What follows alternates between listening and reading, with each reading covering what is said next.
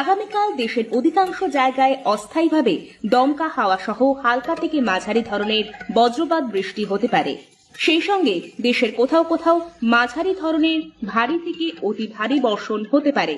এদিন সারা দেশে দিন এবং রাতের তাপমাত্রা প্রায় অপরিবর্তিত থাকতে পারে। নে আবহাওয়ার সংবাদ তো শোনা হয়ে গেল, এখন আর রেডিও শুনে লাভ নেই। কালকে থেকে ভারী বৃষ্টিপাত হওয়ার সম্ভাবনা আছে।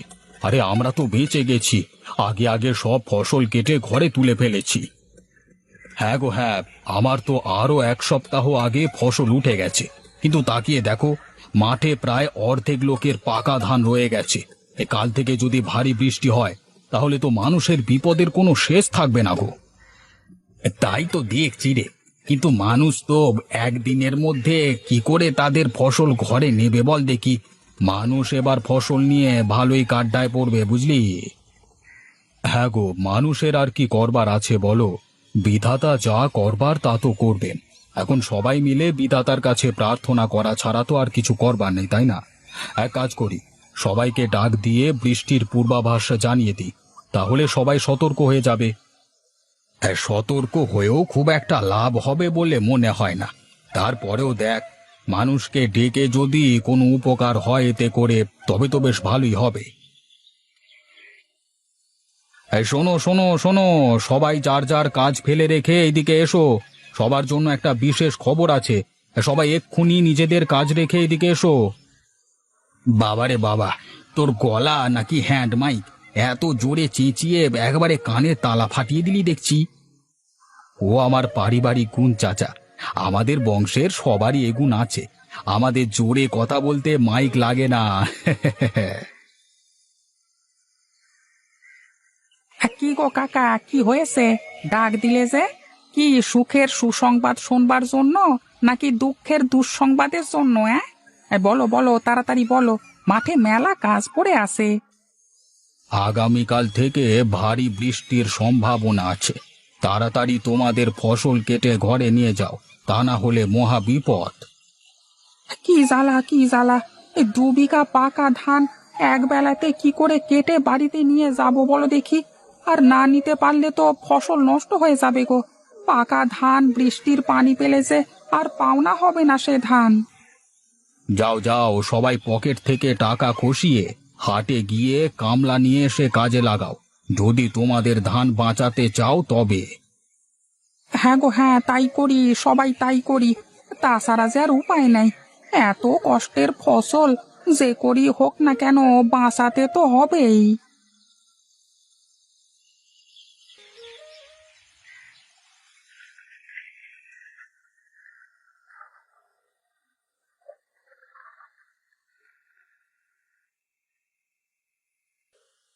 দে দে, তাড়াতাড়ি আমার হাতে একটা একটা করে দে ধানের আঁটি, আমিও ভালো করে গাড়িতে সাজিয়ে দিই।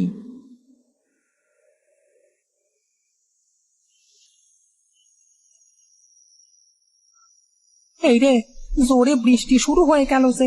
এই তাড়াতাড়ি করে ধানগুলো নিয়ে বাড়িতে চল।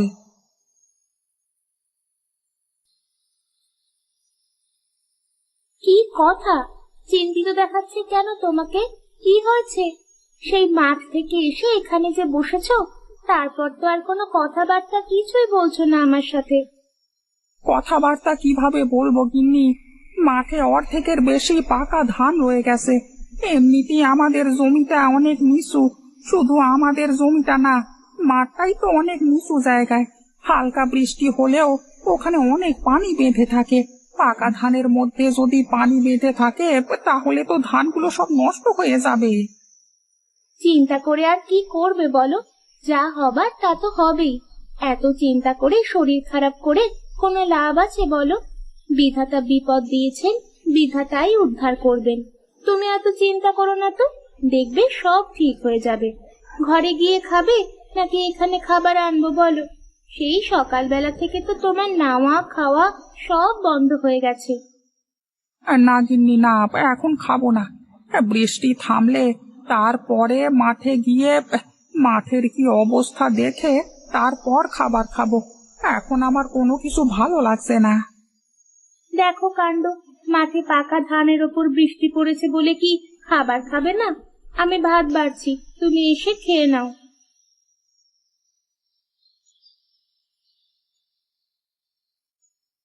কোথায় গো, তাড়াতাড়ি এসো, খেয়ে নাও। তুমি খেলে আমি একটু স্নান করতে যাব।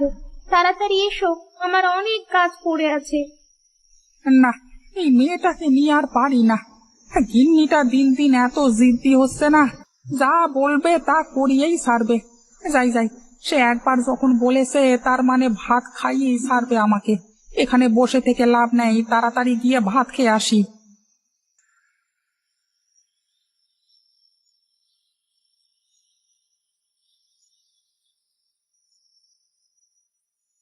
ওই দেখো, এই খাবার ঘরের জানালা দিয়ে দেখা যাচ্ছে বাইরে বৃষ্টির ফোঁটা অনেকটা কমে এসে।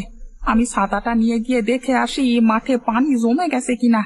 যদি মাঠে পানি জমে না যায় তাহলে তো বেঁচে গেলাম, আর পানি জমে গেলে তো সব শেষ গো। আচ্ছা ঠিক আছে, যাও যাও, তাড়াতাড়ি ফিরে আসবে কিন্তু। মাঠে গিয়ে আবার এই বৃষ্টি কাদার মধ্যে কাজ শুরু করে দিও না, তাহলে আবার অসুস্থ হয়ে পড়বে। তখন আমাকে আবার কাজ কাম সব ছেড়ে দিয়ে তোমার সেবা যত্নে লেগে পড়তে হবে। আচ্ছা আচ্ছা ঠিক আছে, আমি মাঠের দিকে গেলাম। মাঠে গিয়ে শুধু মাঠের অবস্থাটা দেখি চলে আসবো, বেশি দেরি হবে না আমার।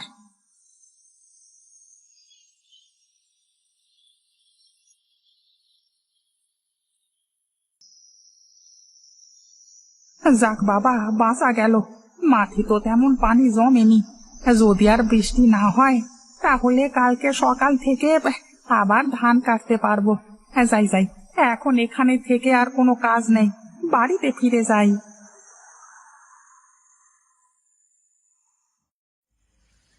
আরে সে কি, বাড়ির উঠানে এত পানি জমে আছে কেন? রাতে কি বৃষ্টি হয়েছে তাহলে? ইস, কি ঘুমটাই না ঘুমিয়েছি, যে রাতে বৃষ্টি হয়েছে সেটাও টের পাইনি। গিন্নি, ও গিন্নি, কোথায় গেলে গো? তাড়াতাড়ি এদিকে এসে শুনে যাও। হ্যাঁ বলো, কি হয়েছে? সকাল সকাল উঠে চেঁচামেচি করছো কেন? খাবার খাবে? খাবার দেবো তোমাকে। আরে না গিন্নি, বাড়ির উঠানে পানি জমে আছে দেখছি। রাতে খুব বৃষ্টি হয়েছে নাকি? হ্যাঁ হ্যাঁ, রাতে তো প্রচন্ড বৃষ্টি হয়েছে। শুনলাম মাঠ ঘাট সব নাকি তলিয়ে গেছে। ফসলের মাথা পর্যন্ত দেখা যাচ্ছে না, এত পানি হয়েছে নাকি। হায় হায় হায় হায়, আমার কি সর্বনাশ হয়ে গেল। এখন আমি কি করব? এতদিন ধরে পরিশ্রম করা, শেষ পর্যন্ত ফসল কিনা ঘরে ওঠাতে পারলাম না গো। চিন্তা করো না, বিধাতা একটা না একটা উপায় ঠিক বের করে দেবে। কথায় আছে না, দুঃখের পরেই সুখ আসে। এসো, তুমি কটা খেয়ে নাও, আমি খেতে দিই তোমায়। না গো গিন্নি, আমি মাঠে যাব আগে, গিয়ে দেখে আসি মাঠের কি অবস্থা, তারপরে না হয় খাওয়া যাবে।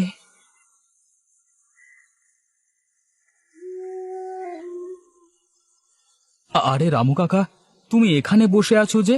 মাঠের দিকে যাবে না? কিছু জানো না নাকি? মাঠে গিয়ে কি আর হবে, সব তো শেষ হয়ে গেল। মাঠ ঘাট নাকি সব তলিয়ে গেছে, ফসল কাটবো কি করে? এবার ভারী লোকসান হয়ে গেল। আরে যেটা হয়ে গেছে তুমি এখনো সেটা নিয়ে পড়ে আছো কেন বলো তো? আরে যেটা হচ্ছে সেটার কোনো খবর নেই তোমার কাছে? কেন, কি হয়েছে আবার? আরে কাকা, কালকে সারা রাত ধরে ভারী বর্ষার ফলে মানুষের পুকুর ভেসে সব মাছ মাঠে উঠে গেছে। আরে মাঠের মধ্যে মাজা সমান পানি বেঁধে গেছে, তার মধ্যেই বিশাল বিশাল বড় বড় রুই কাতলা মাছ হচ্ছে, বুঝলে? বলো কি গো, সত্যি নাকি মাছ হচ্ছে? তাহলে তো যেতেই হচ্ছে দেখছি। গিন্নি, ঘর থেকে থুরকুসটা দাও তো দেখি।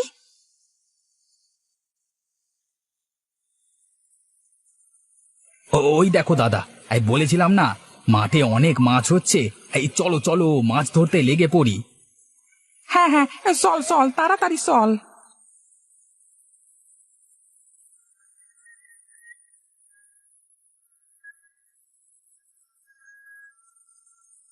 আরে কানাই, তা থাক রে, আমি গেলাম। ওই বাবা, মাছে আমার হাঁড়ি ভর্তি হয়ে গেছে। আচ্ছা আচ্ছা ঠিক আছে, যাও যাও, আমি আর কটা মাছ মেরে তারপর আসবো।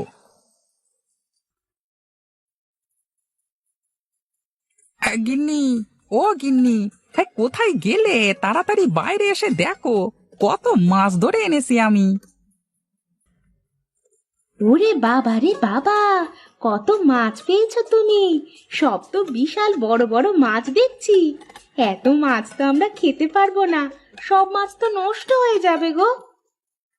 তাহলে একটা কাজ করি, এত বড় বড় মাছের খুব ভালো দাম হবে গিন্নি। এই বাজারে গিয়ে মাছগুলো বিক্রি করে আসি। ফসলে যে লোকসান হয়েছে, মাছ বেচে সেই টাকা উঠে যাবে।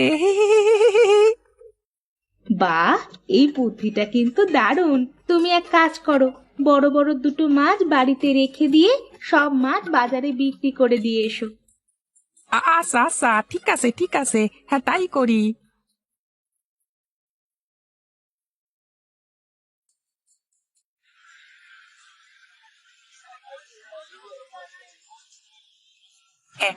আসলেই এই জন্যই লোকে বলে, বিধাতা যা করে মঙ্গলের জন্যই করে।